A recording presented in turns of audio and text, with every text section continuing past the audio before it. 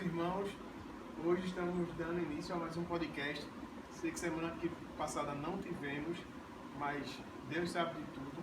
Hoje, com a presença de João Paulo, um autor que hoje é pela nossa casa, Luz e Vida também. Um caba que aprendeu a missão, entendeu a missão da Luz e Vida e hoje está fechando aí parceria conosco. Hoje ele está aqui com a presença da sua amada, que está aqui nos bastidores, a Ana, conosco aqui também. E desde já, dá bem-vindo a você que está nos acompanhando e estamos iniciando mais um Café e Missões aqui da Luz e Vida. João Paulo, tudo bem com você? Tudo bom, cara. Graças a Deus. Desde já te agradecer por aceitar esse desafio de estar conosco aqui no podcast. E queria ouvir um pouco mais sobre quem é João Paulo, um pouco sobre sua trajetória. Amém, irmão. Bom, falar sobre si, né, não é tão fácil, né? Eu nasci criado, né, assim, no interior, né, vim para Camaragibe já com uns 10 anos de idade. E aí, nessa caminhada, né, comecei muito cedo, induzido, né, pela minha madrinha a ir para a igreja católica e tal.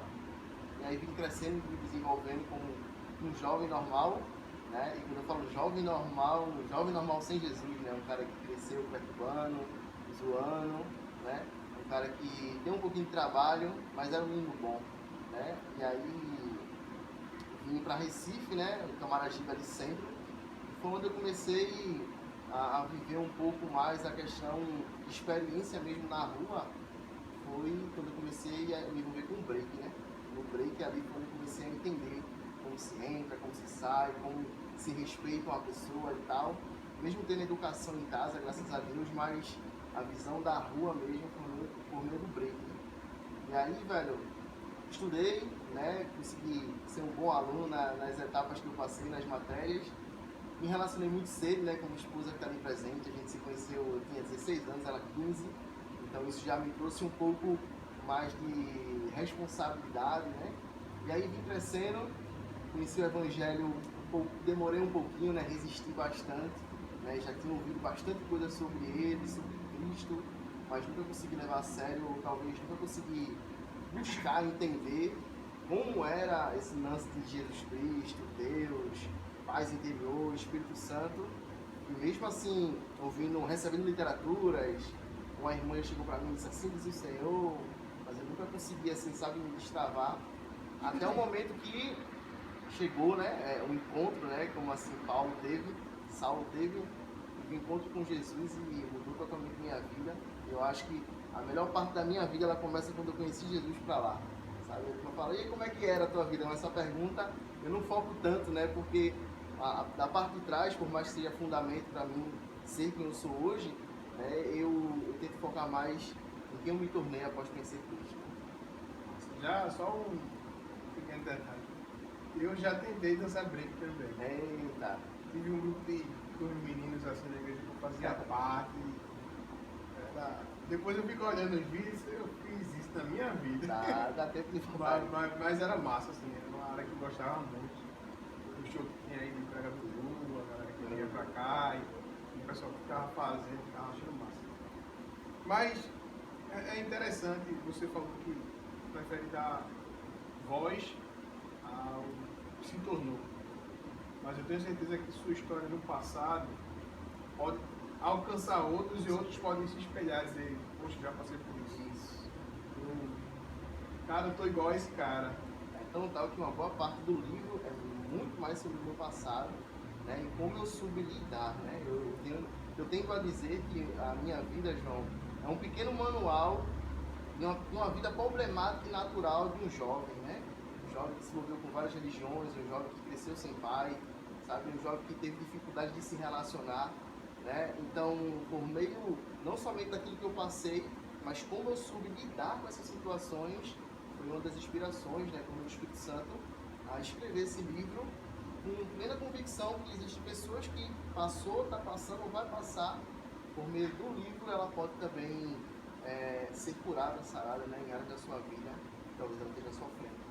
E é sobre isso que tu começa teu livro, né? Sobre as 4 religiões. Quatro religiões. Eu falo quarteto religioso, né? Quarteto religioso. Tem um filme, né? O Quarteto Fantástico. Eu, cara, vou botar quarteto Ah, religioso. você se espelhou aí, legal. Quarteto religioso, eu começo vindo por meio dele, porque como eu comecei na igreja católica, né? Então foi o primeiro ali. E ali foi, dentro dessas quatro, eu consegui tirar grandes lições de cada uma. Né? Na igreja católica foi muito massa, porque o meu primeiro impacto que eu tive com Jesus foi quando eu fiz a minha catequese certinho lá, né? Já participei de procissão. E aí quando eu recebi aquela bolachinha na boca do padre, quando ele me benzeu com um crucifixo de ouro, cara, eu olhei, sabe, no olho do boneco lá, e meu irmão me veio um impacto tão grande assim. Foi eu vou dizer que foi a primeira experiência que eu tive, né? Com aquela imagem ali, aquela representação de Cristo na cruz. Aí eu me lembro que eu saí para fora, lá na fora da igreja, eu disse, quando o padre benzeu vocês sentiram algo muito massa dentro de vocês? Os caras, não, João. E tu? Não, e tu? Não. Eu parecia o único doido, né, dentro da igreja, mas aí, na igreja católica, eu encontrei certas situações que eu fiz, cara, não dá para ficar aqui. E aí, sabe, eu fui para a igreja dos Mormons, né? A igreja dos Mormons eu já era um jovem bastante ativo. Dançava break, gostava de capoeira, jogava basquete na praça. E aí o cara fez uma proposta muito interessante. Olha, na minha igreja tem uma quadra para tu dançar break. Lá tem um gramado para tu jogar capoeira. Lá tem um salão que tu pode jogar basquete. Eu disse, cara, essa igreja eu quero fazer parte. Aí eu comecei a me envolver na igreja dos Mormons por meio dessas propostas, né? E quando eu conheci a história do Joseph Smith, né? Lá, um dos meus amigos que estava junto comigo, ele tinha uma mãe que era crente. Ele fez, João, esses caras estão falando, não bate com as histórias da minha mãe não. Eu disse, e aí? Qual é a história verdadeira? Aí ele fez, eu vou pela da minha mãe, se eu vou pela tua mãe também. Aí eu me envolvi com essa galerinha, mas depois ao descobrir a verdade sobre o evangelho, né, mesmo não me relacionando, eu confiei mais na mãe do meu amigo do que na história que eu estava acabando de receber. Aí depois, por meio de me afastei, não consegui me envolver mais, aí veio a igreja Testemunho de Jeová, né, o cara bateu na minha porta, muito educado, disse, eu posso fazer um estudo com você? Aí ele falou de que religião era, disse, pode, eu era muito assim, interessado em aprender as coisas, né? Muito aberto. E aí só que na minha casa tava um terraço, tava cheio de roupa, e eu disse, olha, tá pingando aqui as roupas, não dá pra gente fazer agora. Eu disse, não, vamos marcar outro dia. Aí pronto, a gente fez um dia, um estudo muito massa. Teve o segundo e esse cara, a educação do cara, a pedagogia dele de ensinar foi maravilhoso. Aí eu era muito encantado, assim, sabe, João? A igreja católica me apresentou algo, assim, caramba, que negócio legal. Os mormons me apresentaram algo, disse, isso é incrível. Aí depois eu me decepcionei, depois eu vi o Testemunho de Jeová e disse, meu irmão, aqui é a excelência da coisa. Mas só que também nas três eu tive decepções, né? E é por meio disso que eu consegui tirar lições, né? Porque as 4 áreas que eu passei, que é a quarta igreja batista, onde não houve uma decepção, mas houve um envolvimento da minha parte, de um cara que dançava break, Dennis, eu até relato ele no livro, que ele me convidou para lá e foi na hora da oração que eu senti uma paz que eu senti quando o padre me benzeu. Aí eu disse, mano, tem algo relacionado a essa igreja evangélica que é o que eu estou procurando. Então no livro você vai ver um jovem buscando entender o que era paz interior e onde encontrar. Porém, nas 4 fases que eu passei, eu não soube buscar nenhuma das vezes. E me fez voltar a ser um jovem suave, cara. É aí que você vira um desigrejado. Ainda não. Ainda não. Eu viro um desigrejado bem lá na frente ainda, né? Quando... Cadê? Lembro, pronto. Isso aconteceu quando a gente ficava na esquina de casa, né? E os meus amigos tinham o costume de contar histórias de terror, né? E aí, nessa história de terror, tem um dos capítulos que eu falo que é uma infância sombria. E nessa história de terror que ele contava, eu não sentia nenhum medo, porque o que eu via dentro da minha casa, mano, era muito mais pesado que as histórias de terror. Só que eu não falava porque eu tinha medo que as pessoas iam achar de mim, me chamar de doido, começar a fazer bullying ou algo do tipo. E aí, velho, um amigo meu, esse mesmo Kaká, que tinha a mãe cristã, ele fez, olha, João, eu tenho um DVD lá em casa que é um cara que é ex-bruxo e ele se converte. Eu disse, eu quero assistir esse negócio, deve ser pesado. Eu acho que quase todo crente já assisti a parada e aí o cara fez, quem quer aceitar Jesus? Eu disse, eu quero, eu conversando com a televisão, né? Se eu quero aceitar Jesus, ele fez seus olhos, não, parecia que ele estava falando comigo. Fez seus olhos que eu vou orar por você. Quando eu fechei os olhos, comecei a repetir as palavras, eu não sei se era eu que estava girando ou era a casa. mas algo louco estava acontecendo, eu comecei a professar, eu comecei a cair em lágrimas, e aí foi onde eu conheci, tive uma experiência com Cristo. Aí foi onde eu fui buscar uma igreja, aceitei Cristo na igreja batista, né, professei minha fé, mas foi numa outra igreja batista que eu me envolvi e me tornei desigrejado após uma ferida causada pela liderança. Eu fui desigrejado, todo reboliço da minha vida. Aí não quis mais para saber da igreja. Foi, me tornei um rebelde, né, que é o tema aí, é ex-desigrejado da rebelião para a filiação, né. Eu não fiquei rebelde contra Deus, mas fiquei rebelde contra o sistema, né, me tornei um cara totalmente irado com pastores, presbíteros, obreiros, diáconos, evangelistas. Quem se titulasse algum tipo de líder, para mim eu já repudiava, né, então comecei a estudar como debater com esses caras e como vencer. Então a minha vida cristã desigrejada se baseava nisso. Em debates, encontrar brechas e usar versículos isolados para atacar ou envergonhar, né? E aí foi onde veio essa pegada desigrejada irada. Foi desses estudos que você meio que se arrependeu da rebelião e voltou para a filiação? Não. Os estudos, na verdade, quando eu estava desigrejado nesse nível, o desigrejado, João, ele é nutrido por essas coisas, divisão, desavença, debate, envergonhar a pessoa. E aí eu vi que aquilo não edificava o próximo, eu estava mais afastando do que juntando. Aí eu fiz, cara, eu quero canalizar minha vida, mesmo sendo desigrejada, em outra situação. Foi onde eu comecei a trabalhar mais projetos sociais e evangelismo na rua. O que me fez voltar não foi os estudos que eu vi que tinha erros ou que não tinha nada a ver, mas foi por meio de um cara que chegou até mim, não como um pastor, mas como um amigo, e começou a se relacionar comigo na questão discipulado, envolvimento, conhecer, ir lá em casa, perguntar como é que eu estou, e ouvir a minha história. E quando o discipulado é relacionamento, quando há um relacionamento, há uma abertura. Quando há uma abertura, possivelmente vem uma confissão. Quando vem uma confissão, possivelmente vem um arrependimento. Aí vem aquilo que eu vivi, esse cara, me arrependo daquilo que eu fiz. Né? É tão tal que eu já orei muitas vezes pedindo perdão ao Senhor pela quantidade de pessoas que eu conduzi para o caminho errado. Né? Na minha perspectiva de reino totalmente distorcida daquilo que é do Evangelho. Eu tenho feito alguns trabalhos de missões massas, hoje em dia. Mas na época da desigrejada, você já trabalhava com organizações sociais? Bom, ainda estava dentro da congregação que eu fazia parte. Quando eu comecei o projeto Bom Samaritano, nele, né? Antes dele veio o projeto Passo de Adoração, que era de Breaking. E aí no Natal, 25 de Natal, o Senhor colocou algo para fazer no meu coração, que foi juntar os jovens e a gente poder ir para as ruas entregar cestas básicas ou kits de alimentação para o pessoal daqui da cidade. Né? E aí, depois desse 25 de dezembro, veio outros, né? Pessoas mais maduras que os jovens que eu dirigia. Aí foi onde veio o Bom Samaritano. Né? E do Bom Samaritano foi onde eu comecei a liderar pessoas que me lideravam. Né? Eu direcionava obreiros que me direcionavam, líderes de juventude que me direcionavam. Então, eu era submisso a todos eles, mas o Bom Samaritano era o líder de todos eles. Esse grupo de ação social você já começou quando era na Igreja Batista? Ainda não era na Igreja Batista. Aí veio já... Quando eu saí de lá, ainda continuei. Ainda continuou com ação? Continuei com ação social, né? Fazia tanto em grupos quanto no individual, né? Eu tinha uns 4, 5 amigos que a gente, olha, conhecia uma família que estava precisando, a gente juntava o dinheiro que a gente tinha, juntava cartão de crédito, abençoava vidas, montava cestas básicas. No dia 25 de dezembro, ainda a gente fazia esse grande evento aqui, né? Um feriadão aqui de Natal, batendo em praça, fazendo sopa, marmita. No capítulo 2 do teu livro, tu vai falar sobre chamei de doido e virei um. Conta um pouquinho aí sobre esse tema.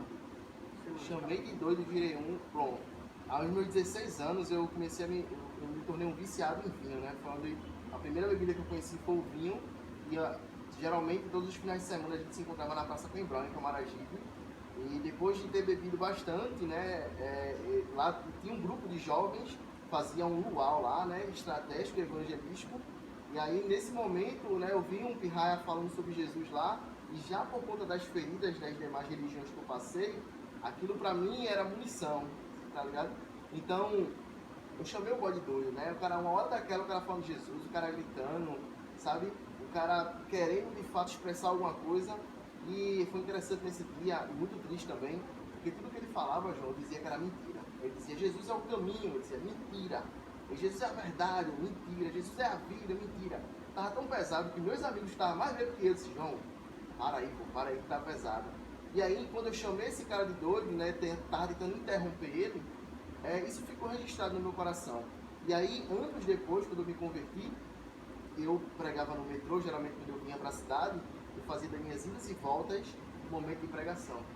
E aí, num momento que eu estava pregando, e um cara se levantou e disse, meu irmão, para de gritar, você está parecendo um doido. Nesse dia, eu lembrei que eu chamei um cara de doido, e eu vi que eu me tornei um. E quando eu me lembrei disso, aí eu disse, caramba, eu tô me lembrando. E naquele momento ali, eu virei pro cara e disse, meu irmão, Jesus vai te usar fortemente. Porque anos atrás eu chamei um crente de doido e virei um, e você está me chamando de doido e o próximo vai ser você. Eu, pela fé, creio que esse cara seja um crente hoje, falando de Jesus e sendo chamado de doido também. É legal. A gente que é cristão,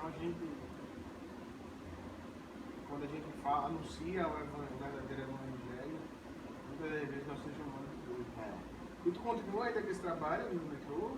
Geralmente, assim, hoje mais não ativo, como não estou vindo tanto para a cidade, né, mudou um pouquinho a rota assim, das coisas. Me tornei, assim, o foco mais foi trabalhar em células, que era um tipo de evangelismo que a gente fazia nas casas, né? Então, como eu não estava vindo mais para a cidade, tinha pedido demissão daqui, né, no ano de 2019 para 2020 eu pedi demissão do meu trabalho para viver a questão da pregação do evangelho, né? E quando eu me desvinculei diretamente assim, da cidade, quando eu fazia no metrô, na minha igreja, né? Quais são as ações sociais que hoje tu tem trabalhado? Hoje ainda está em off, mas o que eu trabalhava mais era a questão de ação social mesmo, tanto no individual, para famílias pequenas, enquanto ações aqui na cidade. Esse era mais o foco, né? A gente fazia listas, por exemplo, a gente ia coletar alimentos, né? E a gente tinha essa estratégia. A gente perguntava, moça, a senhora está podendo ajudar hoje, que a gente vai montar uma cesta básica. Aí quando a gente captava a informação, meu filho, eu queria tanto ajudar, mas eu não tenho. A gente ia, opa, rua fulano de tal, casa 702, amarela, deixar a cesta básica aqui. Porque por pedir e saber que a pessoa não tinha para dar, a gente aqui é uma casa para entregar a cesta básica. Então a gente fazia uma coleta de alimentos e já fazia um filtro de quem estava precisando. E aí era tipo mais ou menos assim que funcionavam as nossas ações nos bairros. Já aqui na cidade já era mais organizado, né?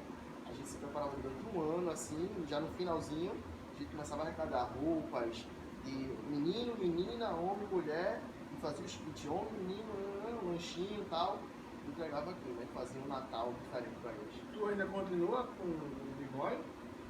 O break, não ativamente, né? É uma das coisas que eu pretendo voltar, porque eu e minha esposa a gente dançou, né? Quando era mais jovem. A gente até tem uma coreografia que, inclusive, antes de vir pra cá, eu tinha caído da moto, né? Tava subindo a ladeira, caí da moto, machuquei o pé. E eu tinha dito a ela, vamos ver se a gente consegue montar aquela coreografia de novo, pra gente apresentar na igreja, que a gente vai estar ministrando lá em Putinga. Chamaram pra dançar. Fazer uma apresentação top. E aí, tenho essa tendência, né? Não tô ativamente, mas ainda corre nas veias o break. Se tu pegar esse negócio do break e fizer aula, dá pra ser uma ferramenta muito boa da gente. Muito boa mesmo. E aí tu tem um ministério novo convertido. Novo convertido foi algo incrível assim. O novo convertido começou quando eu me tornei desigrejado, né? Um dos meus escapes, né? Um dos meus escapes foi criar um canal e começar a falar daquilo que eu sabia da palavra, daquilo que eu sabia de Cristo. E nesse canal, na criação desse canal Novo Convertido, inclusive o nome do canal surgiu por conta de um cara que eu conheci, irmão Joaquim, um dos caras mais amigos de Jesus que eu já conheci na minha vida. O cara andava conversando, chorava conversando, sorria conversando com Jesus. E aí, esse cara era um homem de Deus, literalmente, né? Minha esposa tá de prova, a gente já foi na casa dele, viveu várias experiências com ele. E teve uma vez que ele foi ministrar numa igreja na Assembleia lá em Moreno, e um rapaz chamou ele, pastor. Aí ele fez, eu não sou pastor não, eu sou novo convertido. Aí naquele dia minha cabeça bugou. Eu falei, peraí, irmão Joaquim ora 5 horas por dia, lê a Bíblia compulsivamente, quando sai não tem hora para voltar, porque a gente se convertendo, expulsando demônio, o cara chama ele de pastor, ele se diz novo convertido. Naquele momento eu não entendi nada. Anos depois eu entendi que novo convertido não é a pessoa que caminha recentemente na fé, mas é a pessoa que é dependente de Deus. Eu fiz, eu sou dependente de Deus, eu sou pastor. E aí eu coloquei o nome do canal nisso, me tornei um cara dependente do Senhor, né, com essa ideia do canal. E aí a minha ideia no novo convertido era só falar de Jesus. Eu falava muito sobre evangelismo, mas aquilo que eu fazia eu não gravava. E aí era difícil dizer assim, eu prego a palavra, mas não tinha nenhum registro meu pregando. Aí eu fiz, eu vou gravar um vídeo pregando a palavra, mostrar pra você que é possível você sair pela Jus e falar de Jesus. Aí eu chamei um cara pra tocar e eu ia pregar. Eu disse, mano, eu só quero fazer um registro no canal. Eu vou pregar, tu toca, a gente grava, eu posto e vou provar pra todo mundo que é possível. Só que esse cara do louvor, o Igor, ele chamou outros amigos da igreja. E aí, quando terminou lá a pregação, o louvor, foi algo incrível que o Senhor fez. O pessoal que foi com ele fez, ô João, bora vir sábado de novo. Eu disse, vocês vêm? Vem. Aí a gente foi sábado. E aí, de fato, o Novo Convertido deixou de ser um canal e se tornou um grupo de missões urbanas, né? A gente ia para as praças, ia para frente das casas da gente, né? Pregar o evangelho, nas esquinas, né? E até mesmo em outras congregações, né? Já fomos convidados para trazer essa ideia de missões urbanas para algumas congregações. E hoje, quando tu veio para a filiação, qual foi o momento mais difícil? O momento mais difícil, quando eu vim para a filiação... Deixou da rebelião e veio para a filiação. O momento mais difícil foi se submeter, né, a um pastor. Eu era, como dito no livro aí, eu era tipo um cara rebelde, eu não me sujeitava a esse tipo de gente. E aí quando eu vim entender, né, a unção que há num pastor, né, o chamado dele para o cuidado de pessoas, a parte mais difícil foi me submeter a um pastor, me tornar um cara submisso, disponível e ensinável. Então, essas 3 áreas foram as áreas que o Senhor me moeu, né, para eu baixar o meu ego, baixar minha bola, né, tão tal que eu era um cara muito ativo na rua e quando eu comecei a me conectar com esse pastor, ele tinha uma célula, e nessa célula eu pensei que eu vou arrasar na célula, eu sou o cara que mais prega aqui.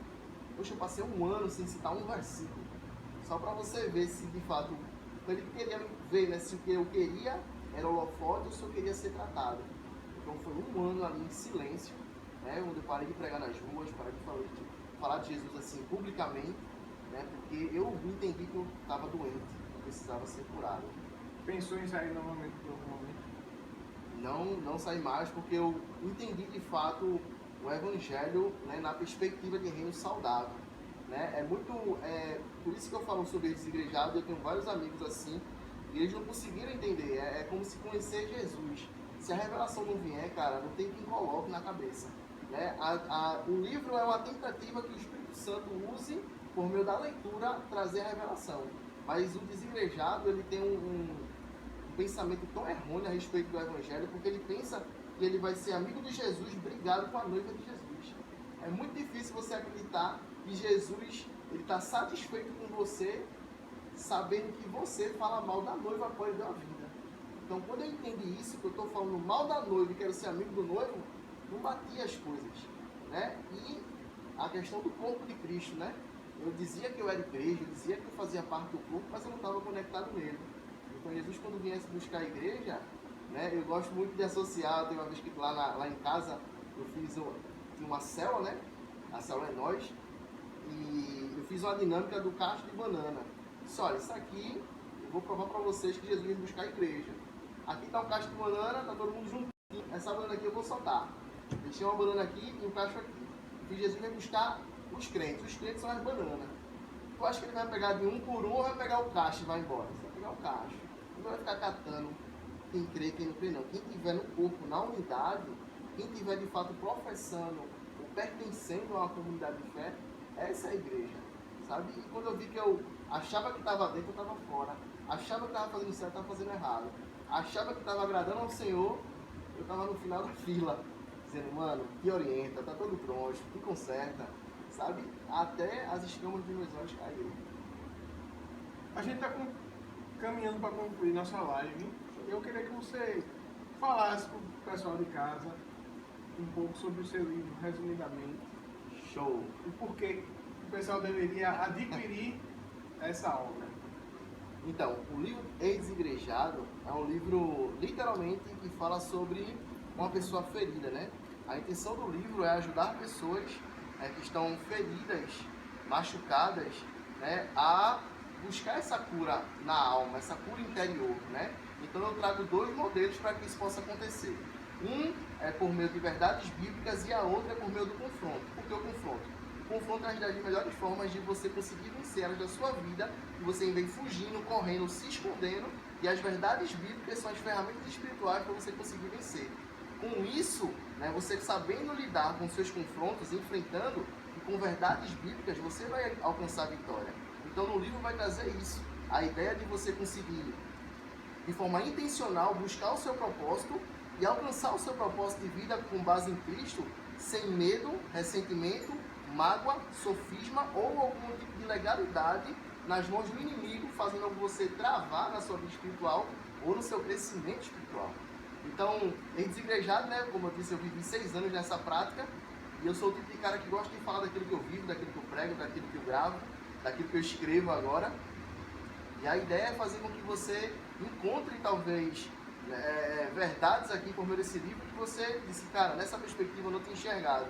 E agora, talvez, nessa ótica, não somente de um cara que nasceu e cresceu na igreja, mas um cara que já fez parte, saiu, viu como era a vida lá fora, e o tipo de crise que você vive de identidade, sem saber para onde eu estou indo, o Ex-Igrejado vai desvendar algumas coisas em relação a isso. E como é que está a expectativa para o lançamento do livro? Show, né? A expectativa tá a 1000, né? Eu nunca adorei ao Senhor no lançamento de um livro, então essa tem sido a minha maior perspectiva. Né? Esse cara, já adorei aqui, já fiz isso aqui, mas adorar o Senhor no lançamento de um livro, para mim, vai ser uma experiência única, né? E quem sabe de várias que venha pela frente. Inclusive, já estou escrevendo um segundo, né? Na verdade, não é um livro, é um e-book. Mas aí, velho, estou chamando a galera, tem muita gente confirmada, pessoas que já compraram o livro na pré-venda, a banda já confirmou, o pessoal da igreja confirmou, o pastor confirmou, pessoas que eu nem conheço, velho, assim, cara, gostei do tema do livro e tô indo lá dia 20. Eu disse, mano, aí eu tava dizendo até com todo respeito ao pastor Geivinho lá, eu disse, o Geivinho eu vou pedir pro irmão tirar os livros da prateleira porque vai ser fogo lá, vai ser manto, né? A gente vai dar lugar na terra e eu não quero gerar prejuízo. Mas a gente tá muito feliz, né? Tem um pessoal aí, de fato, contando os dias. Algumas pessoas, meu irmão, por que você não trouxe o livro logo? Não, depois do dia 20, do dia 20 para lá que o negócio começa. Então é isso, você que quer adquirir o livro, passa aqui na Luz de Vida, estaremos fazendo o lançamento desse livro maravilhoso. E agradecer por você ter nos acompanhado até agora. Deus abençoe e fique na paz. É nóis. É nóis.